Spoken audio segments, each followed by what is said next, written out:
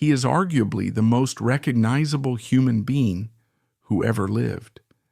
An image so deeply etched into our collective memory that it feels as if he's always been there, a timeless phantom of the 20th century.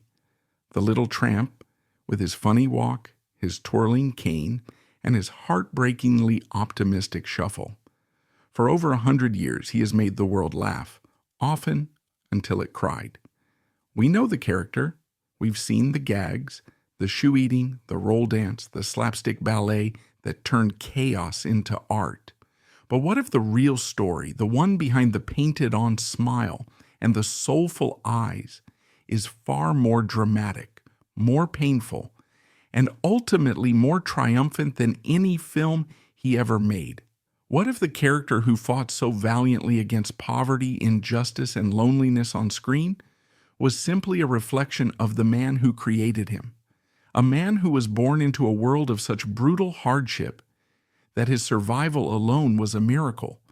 A man who conquered the globe only to be rejected, exiled, and branded an enemy by the very country that had made him a king. This is the story of a life of shocking extremes.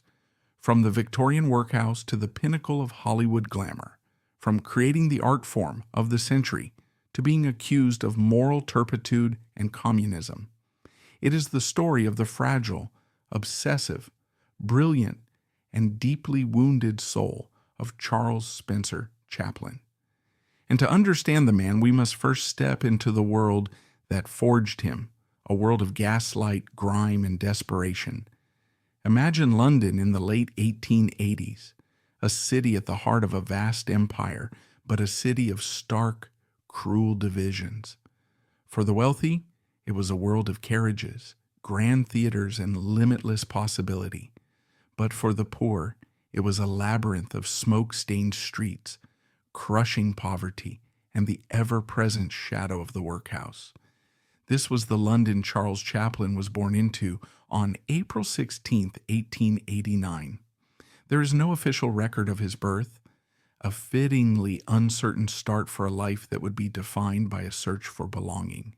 His parents, Charles Sr. and Hannah Chaplin, were music hall entertainers, peddlers of fleeting joy in a hard world. His father was a popular singer, a man with a powerful voice and a weakness for the bottle. His mother, who performed as Lily Harley, was a captivating but fragile song and dance girl. They were performers living on the edge of a precarious profession where fame was fleeting and failure was catastrophic. The family fractured early. Chaplin's father, a severe alcoholic, drifted away, providing no support. Hannah was left alone with Charlie and his older half-brother Sidney in the unforgiving district of Kennington. She had no steady income. The family lived in a state of perpetual crisis, moving from one shabby rented room to another, always just one step ahead of total destitution. Chaplin would later write, "I was hardly aware of a crisis because we lived in a continual crisis." For a young boy, this constant uncertainty was simply normal life. But then the floor fell out from under them. When Charlie was just 7 years old, Hannah's health, both physical and mental, collapsed. With no money for food or rent, she had to make an impossible choice. The two small boys were taken to the Lambeth workhouse. The workhouse was the ultimate Victorian nightmare. It was a place designed not to help, but to deter. Families were ripped apart, husbands separated from wives, and parents from their children.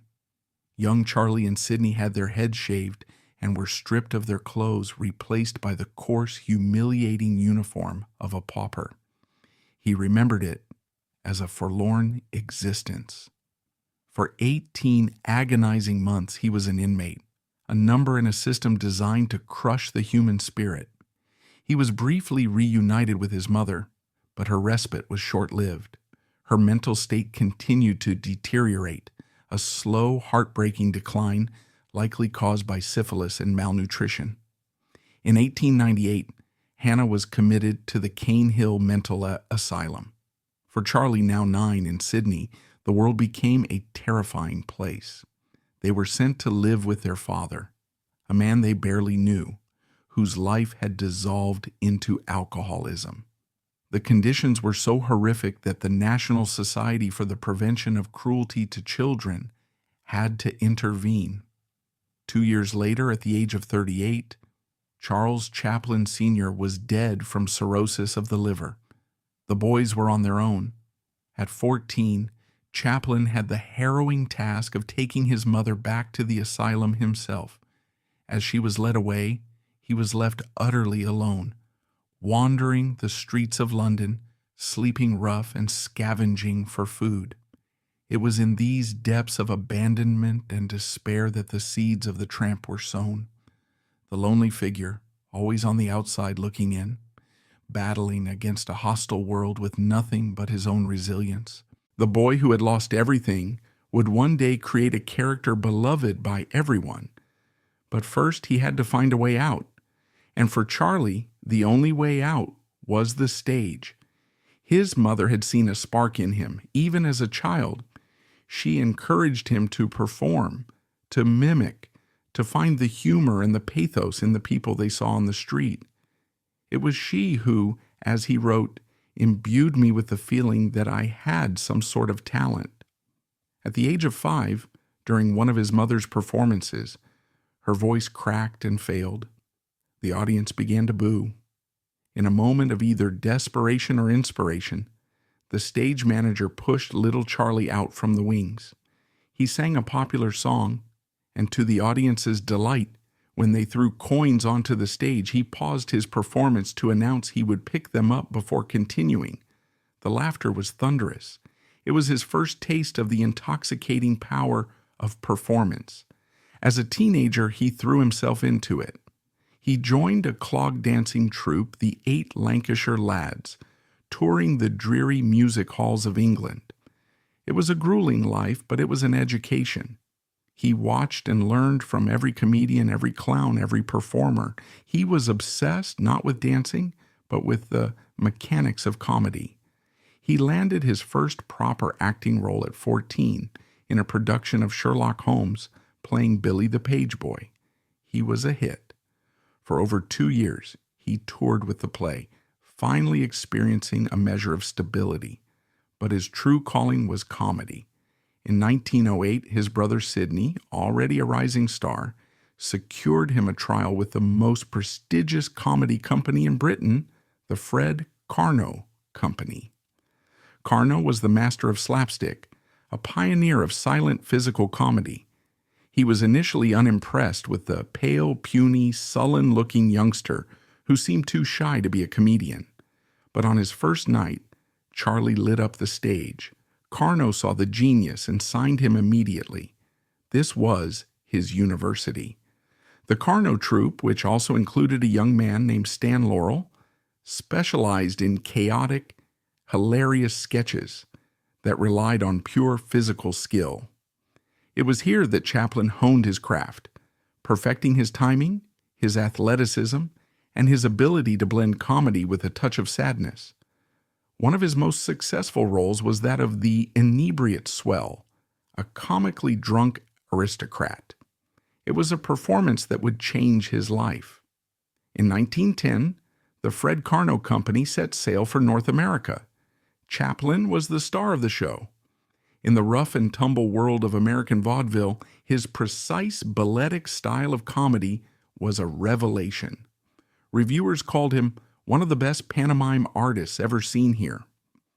During a second tour in 1913, a representative from the fledgling New York Motion Picture Company saw his act. They were looking for a new comedian for their Keystone Studios in California, a place that churned out frantic, chaotic comedy shorts. They offered him a contract for an astronomical $150 a week. Chaplin hesitated. He considered the Keystone comedies to be a crude melange of rough and rumble. But it was a new life, a new world. He accepted. At 24 years old, Charlie Chaplin arrived in a sun-drenched, dusty little town called Hollywood. Keystone Studios was a comedy factory.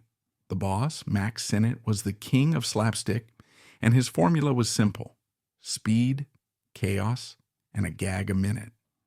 Chaplin felt lost. He was too subtle, too deliberate for this style of filmmaking. Sennett worried the 24-year-old looked too young to be a leading comedian. For weeks, Chaplin just watched, trying to understand this new medium of flickering light and shadow. His first film, Making a Living, was a flop. Chaplin hated his costume, hated the direction, and felt completely out of his element. He knew he needed a persona, a character he could inhabit. For his second film, he was told to go and put on some comedy makeup. In his autobiography, he described what happened next in the dressing room. I wanted everything to be a contradiction: the pants baggy, the coat tight, the hat small, and the shoes large.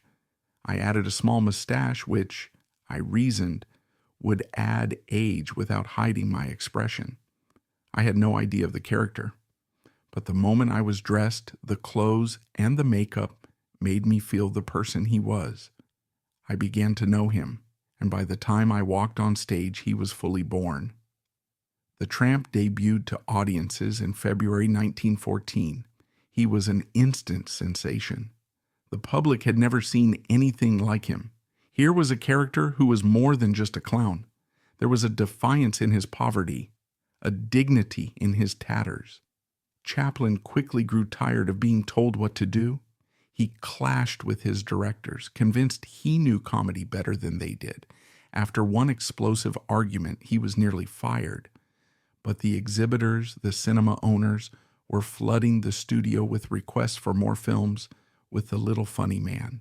The public wanted Chaplin. He demanded to direct his own films. To get his way, he promised to pay the studio $1,500 out of his own pocket if his first directorial effort failed.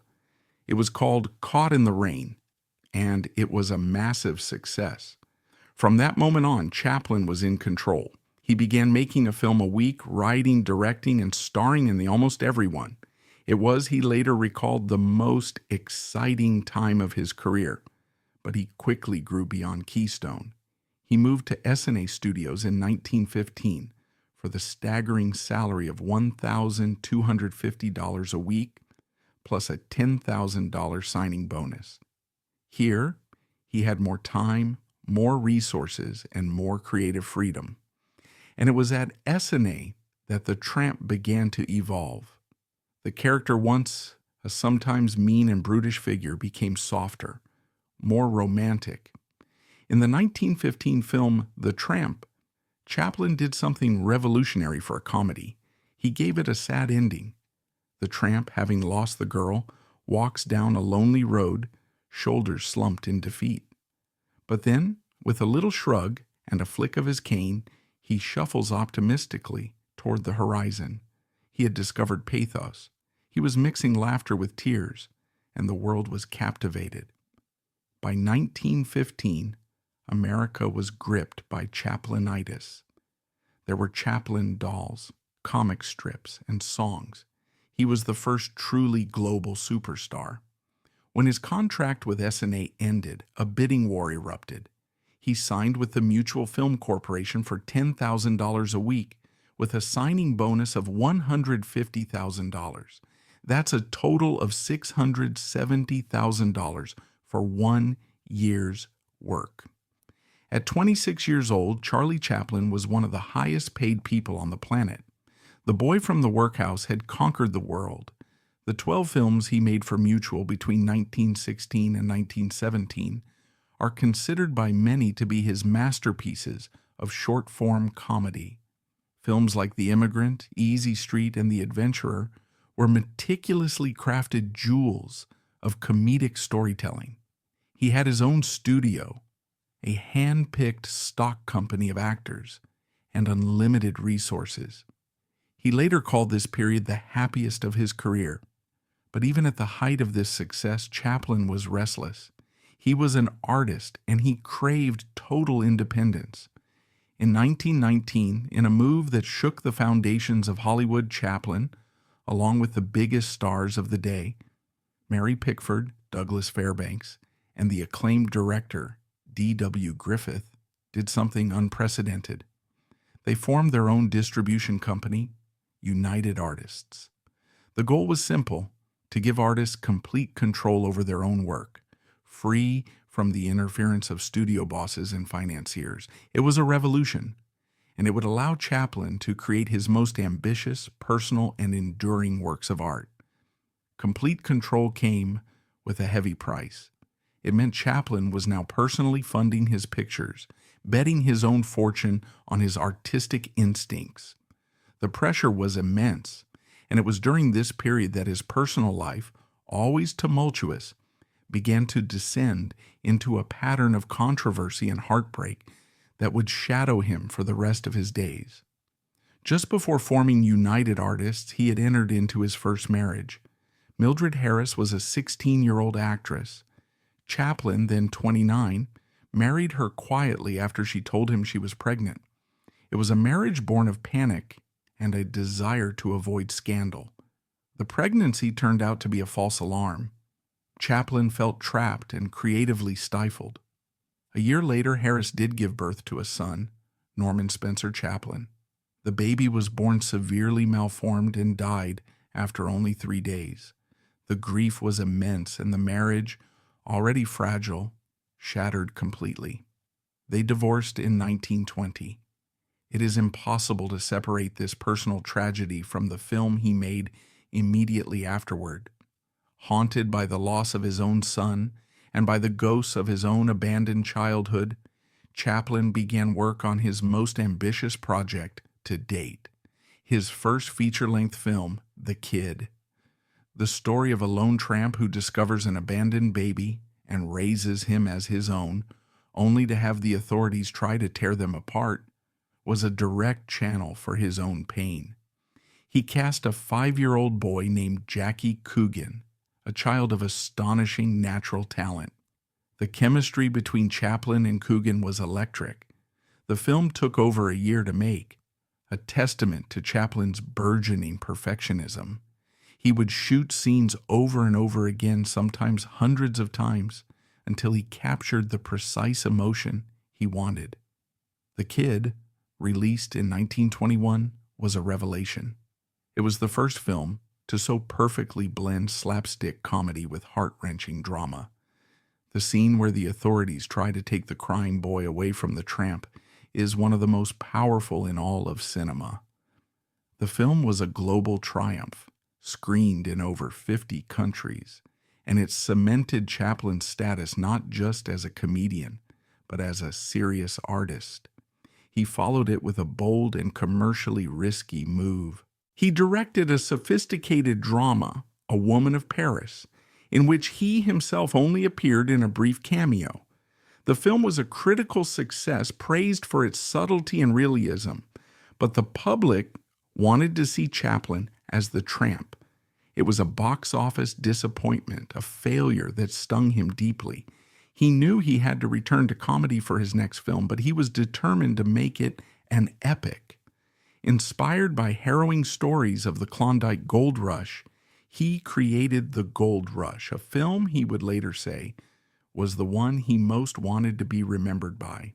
The film, which cost $1 million to make, saw the tramp as a lonely prospector in the frozen North, battling starvation and dreaming of love.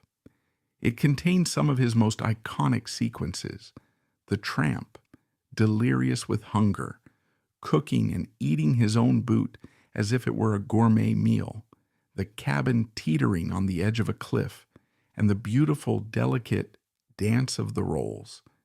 It was a monumental success, one of the highest-grossing films of the silent era. But behind the scenes, his life was once again in turmoil. During the making of The Gold Rush, history repeated itself with chilling precision.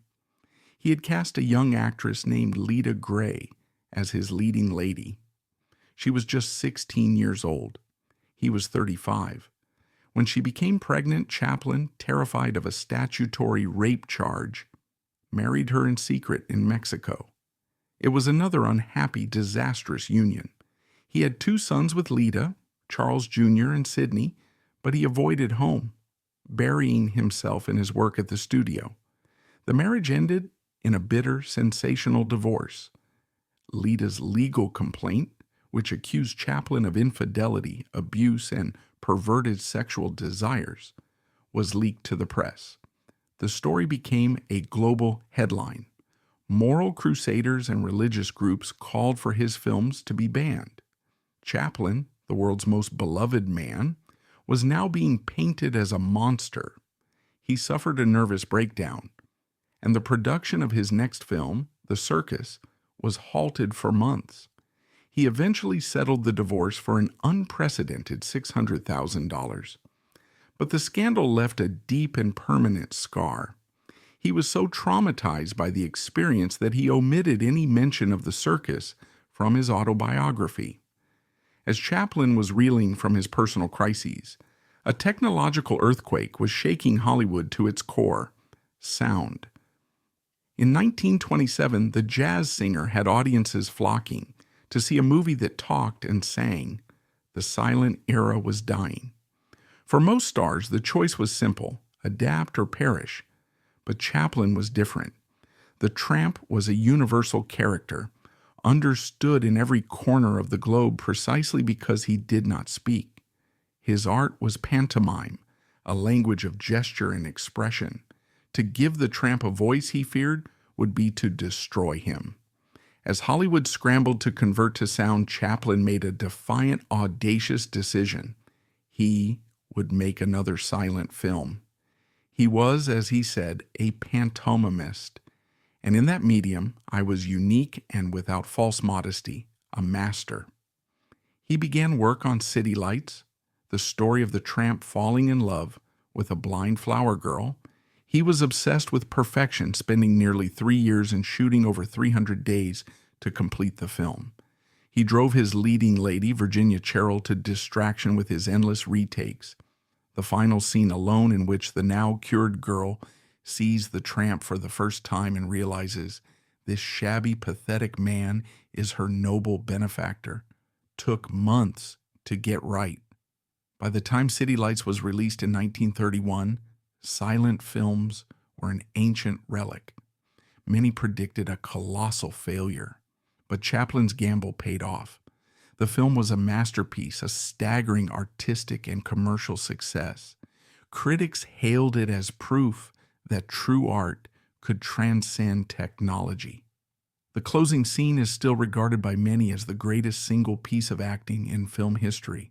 In those final moments, the Tramp's face registers a heartbreaking mix of hope, fear, and love. It is a moment of pure, silent emotion that no amount of dialogue could ever hope to match. He had won, but the victory felt hollow.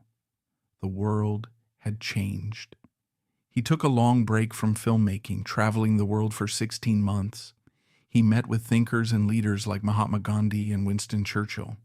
He became deeply troubled by the state of the world, the rise of nationalism in Europe, the crushing poverty of the Great Depression. He saw machinery and industrialization not as progress, but as a threat to humanity, a force that chewed up men and spat them out. These anxieties became the heart of his next film, Modern Times. Released in 1936, it was another silent film, though it made brilliant use of sound effects and a musical score. The film sees the Tramp as a factory worker, driven mad by the relentless, dehumanizing pace of the assembly line. It was a searing satire of industrial society and a cry for the common man. It was also the first time audiences ever heard the Tramp's voice. In one famous scene, he performs a nonsense song, a stream of gibberish that perfectly preserved the character's international appeal while gently mocking the new age of talkies. Modern Times was also where the world met Paulette Goddard, a vibrant young actress who became his co-star and his companion. They began a relationship, and during a trip to the Far East, they were secretly married. For a time, it seemed he had found a measure of personal happiness to match his professional success, but the world was darkening. And Chaplin, a man who had never shied away from a fight, was about to make the most dangerous and controversial film of his career. In the late 1930s, the world watched in horror as Adolf Hitler and his Nazi party rose to power in Germany. The surge of militarism and fascism deeply disturbed Chaplin. He saw a terrifying reflection in the German dictator. They were born just 4 days apart. Both had risen from poverty to positions of immense power. And most chillingly, Hitler had adopted the very same toothbrush mustache that Chaplin had made famous. The resemblance was uncanny, and it gave Chaplin an idea for a film that would directly satirize Hitler and everything he stood for. Everyone told him it was madness. His friends, his business partners, they all warned him against making a comedy about such a monstrous figure. It was too controversial, too dangerous. But Chaplin's independence meant he answered to no one.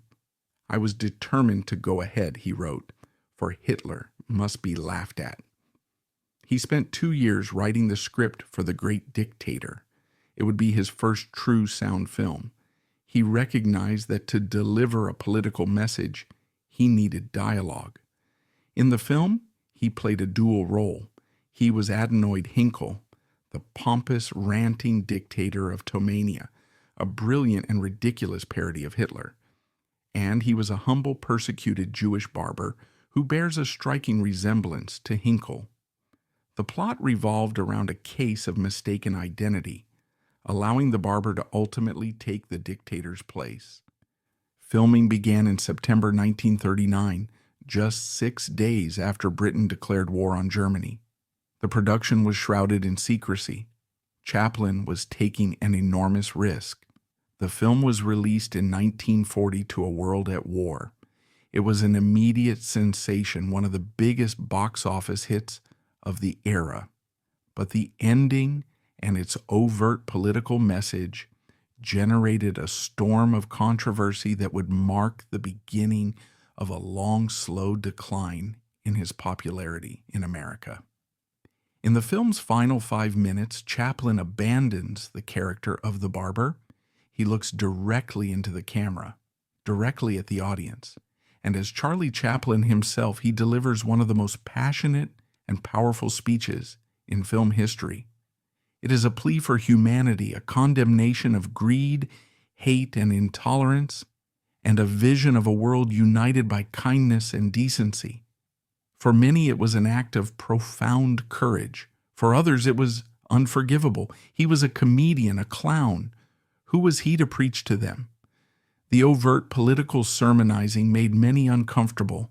As one historian wrote, henceforth, no movie fan would ever be able to separate the dimension of politics from his star image.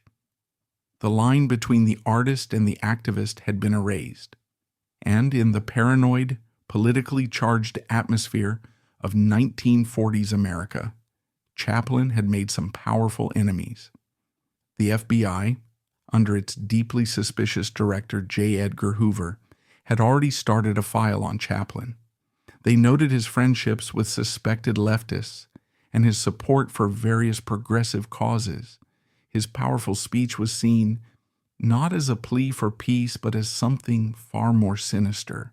He was about to enter the darkest period of his life, a time when his artistic genius would be overshadowed by legal battles, public disgrace, and a vicious political witch hunt that would ultimately drive him from America. The trouble began with a young, aspiring actress named Joan Barry. After a tumultuous affair, the relationship ended. But Barry, who displayed increasingly erratic and obsessive behavior, refused to let go. In 1943, she reappeared, claiming she was pregnant with Chaplin's child. Chaplin denied it. Barry filed a paternity suit. For J. Edgar Hoover, this was the perfect opportunity.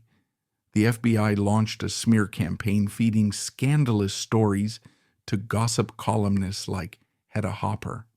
Chaplin was publicly portrayed as a lecherous old man preying on innocent young women. But Hoover didn't stop there.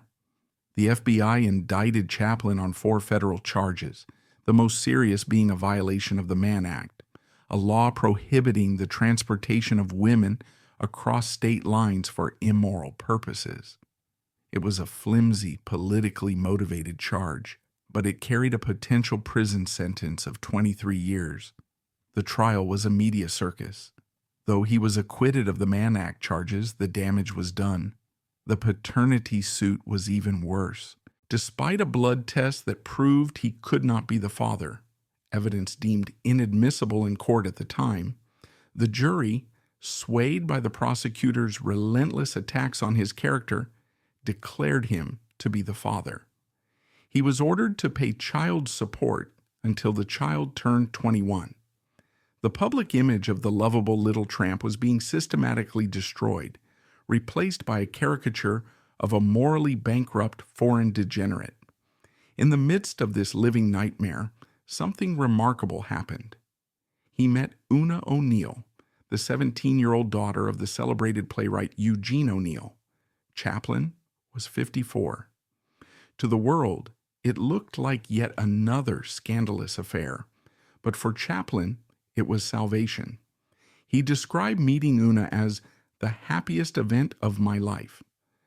They married shortly after she turned 18, and in her he found perfect love. It was a deep and enduring partnership that would last for the rest of his life. They would have 8 children together, and she would become his rock, his fierce defender against the storm that was gathering around them. The storm was political. In the post-war era, America was gripped by the Cold War and the Red Scare. A wave of anti-communist hysteria swept the nation, led by the House Un-American Activities Committee, HUAC. Chaplin, who had campaigned for a second front to help the Soviet Union during the war and who openly criticized the government's witch hunts, became a prime target. He denied being a communist, calling himself a peacemonger. But his refusal to be silent, his progressive politics, and his failure to become an American citizen were all seen as proof of his disloyalty. In 1947, he released Monsieur Verdoux, a dark, cynical comedy about a man who marries and murders wealthy women to support his family. The film was a brilliant but bitter critique of capitalism and war. At the premiere, he was booed. There were calls for boycotts. Congressmen denounced him on the floor of the House. One representative declared, "His very life in Hollywood is detrimental to the moral fabric of America. He should be deported and gotten rid of at once." Even George Orwell, the celebrated author of 1984, secretly added Chaplin's name to a list of suspected fellow travelers that he provided to a secret department of the British Foreign Office. The pressure was immense, the hostility relentless. Chaplin felt besieged. He decided to make one last film in America, a deeply personal and nostalgic look back at his own life, a film called Limelight. It was the story of a forgotten music hall clown, his career over, who saves a young ballerina from despair. It was an elegy for a lost world, for his own childhood, and in many ways, for his own fading popularity in the country he had once called home. In September 1952, Chaplin and his family boarded the RMS Queen Elizabeth in New York, bound for the London premiere of Limelight. He had a premonition, a feeling of dread that he might not be allowed to return. He was right. While his ship was at sea, the United States Attorney General announced that he had revoked Chaplin's re-entry permit. To re-enter the country, he would have to submit to an inquiry about his political views and his moral character. From his ship, Chaplin received the news. He was officially in exile. He later wrote of his reaction, "Whether I re-entered that unhappy country or not was of little consequence to me. I would like to have told them that the sooner I was rid of that hate-beleaguered atmosphere, the better, that I was fed up of America's insults and moral pomposity." The public statement was more measured, but the decision was made. Charlie Chaplin would not be coming back. The little tramp, America's adopted son, had been banished. Chaplin and his family found sanctuary in Switzerland. They settled in a magnificent 35-acre estate, Manoir de Bon, overlooking Lake Geneva, in the small village of Coursier-sur-Vevey. It was a world away from the glare of Hollywood and the poison of American politics. Here, for the first time in his life, he lived something resembling a normal family life. He was a devoted husband and a loving, playful father to his growing brood of children. Una had renounced her American citizenship, becoming a British citizen, a final defiant severing of ties. But the bitterness remained. He poured his anger and disillusionment into his first European film, A King in New York, released in 1957. In it, he plays an exiled European monarch who seeks asylum in America, only to be hounded by McCarthy-era paranoia and cheap consumerism. The film was a direct attack on the country that had rejected him, parodying HUAC and the culture of fear. It was his most openly personal and acidic film. He banned American journalists from the Paris premiere, and the film was not shown in the United States for another 16 years. As the years passed, Chaplin seemed to retreat from the world. In the last 2 decades of his life, he focused on preserving his legacy, composing new musical scores for his old silent films and re-releasing them to a new generation. He published his autobiography in 1964, a massive bestseller that tellingly focused more on his early years and personal life than on the details of his film career. His final film, A Countess from Hong Kong, starring Marlon Brando and Sophia Loren, was released in 1967. Chaplin, now in his late 70s, directed but appeared only in a brief cameo. The film, a Technicolor romantic comedy, felt out of step with the times and was met with unfavorable reviews. It was a painful end to the most celebrated filmmaking career in history. In the late 1960s, a series of small strokes began to take their toll. His health was in slow decline, but as his body grew frail, a remarkable thing began to happen in America. The political climate was changing. The fever of the Red Scare had broken. People began to remember Chaplin not as a political subversive, but as the artist, the genius who had brought them so much joy. The animosity began to melt away, replaced by a new wave of appreciation. In 1972, the ultimate olive branch was extended. The Academy of Motion Picture Arts and Sciences, the institution at the very heart of Hollywood, invited him back to the United States to receive an honorary Academy Award. It was a sign, as one biographer wrote, that America wanted to make amends. After 20 years in exile, the 82-year-old Chaplin, deeply hesitant and anxious, decided to return. The visit was a national event, and on the night of the Academy Awards, as he was announced, the entire auditorium rose to its feet. The applause was deafening, thunderous. It went on and on for a staggering 12 minutes, the longest standing ovation in the Academy's history. The old man, visibly emotional, his eyes filled with tears, stood on the stage where he had once been a king, a pariah, and now a forgiven legend. He tried to speak, but was overwhelmed. It was a moment of profound, almost unbearable poignancy. The tramp had finally come home. Chaplin returned to Switzerland, to the peace of his home and his family. The trip had been a form of closure, a healing of a wound that had festered for 2 decades. In his final years, he was very frail, confined to a wheelchair, his ability to communicate fading. In 1975, he received another great honor. Queen Elizabeth II awarded him a knighthood.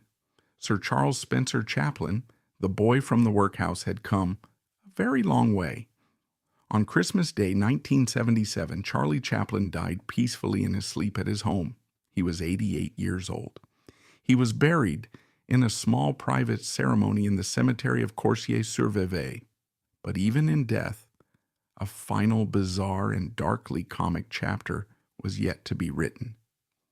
3 months after his funeral, his coffin was stolen from its grave and held for ransom. It was a macabre episode that felt like something out of one of his own films. The thieves were eventually caught, and his body was recovered and reinterred in a reinforced concrete vault, finally allowed to rest in peace. So why, after all these years, does he still matter? Why does this silent figure continue to echo so powerfully in our noisy modern world? The answer, perhaps, lies in the profound humanity of his creation. The Tramp is more than a character. He is an archetype. He is the underdog, the outsider, the forgotten man. He is the embodiment of resilience, a symbol of the human spirit's refusal to be crushed by adversity. In a world of bullies and tyrants, of uncaring systems and cruel fates, the little fellow fights back, not with strength, but with wit, dignity, and a stubborn, unwavering hope. As a filmmaker, he was a pioneer who helped shape the very language of cinema. He was one of the first true auteurs, exercising complete creative control over every aspect of his work, from writing and directing to acting and even composing the musical scores. His influence is immeasurable, touching everyone from Federico Fellini to the creators of Mickey Mouse. He proved that comedy could be more than just disposable entertainment. It could be art. It could be poetry. It could break your heart and mend it in the very next frame. But perhaps his greatest legacy is the way he connected his art so directly to his life. His films are a map of his own soul, the trauma of his childhood, the loneliness, the yearning for love and acceptance. It is all there on the screen, transformed into a universal story of struggle and survival.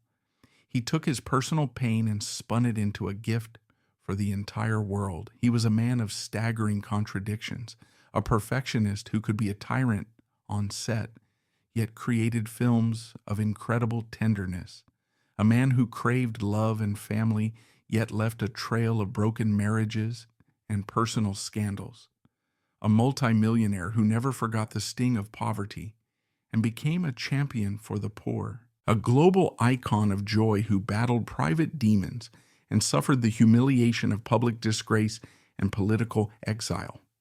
In the end, Charlie Chaplin's life was his greatest film. It was a story of a boy who journeyed from the darkest depths of Victorian poverty to the brightest lights of global fame. A story of genius and turmoil, of love and loss, of persecution, and finally of redemption. He taught us that even in the face of our helplessness, we must laugh, that there is dignity in defiance, and that even in the deepest silence, you can find the most powerful voice, and that a lone figure shuffling optimistically toward a distant horizon can contain all the tragedy, comedy, and beauty of the human experience. And that's all for today's video. If you like this video, hit that thumbs up, let us know your thoughts in the comments section, and subscribe so you won't miss out on future uploads. See you next time.